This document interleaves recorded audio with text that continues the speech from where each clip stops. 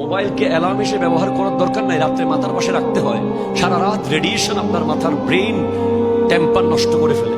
বাসায় অ্যালার্ম করে কিনবেন আলাদা, রাতে ঘুমানোর সময় মোবাইল থাকবে মিনিমাম 10 হাত দূরে,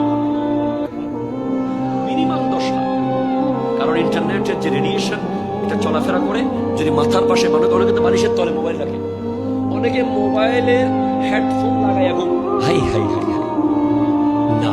আজকে আমাদের যুবকরা অ্যাকর্ডিং টু সায়েন্স, ওনাকে জিজ্ঞেস করেন 20 বছর আগের কথা, উনি স্পষ্ট বলে দিবে।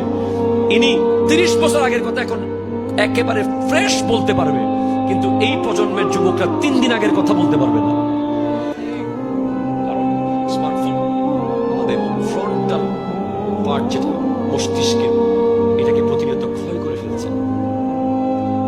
জেহেন চলে যাচ্ছে, জেহেন কমে যাচ্ছে, মনে থাকার শক্তি কমে যাচ্ছে, শর্ট টাইম মেমোরি থেকে লং টাইম মেমোরিতে পড়ালেখাগুলো যাচ্ছে না।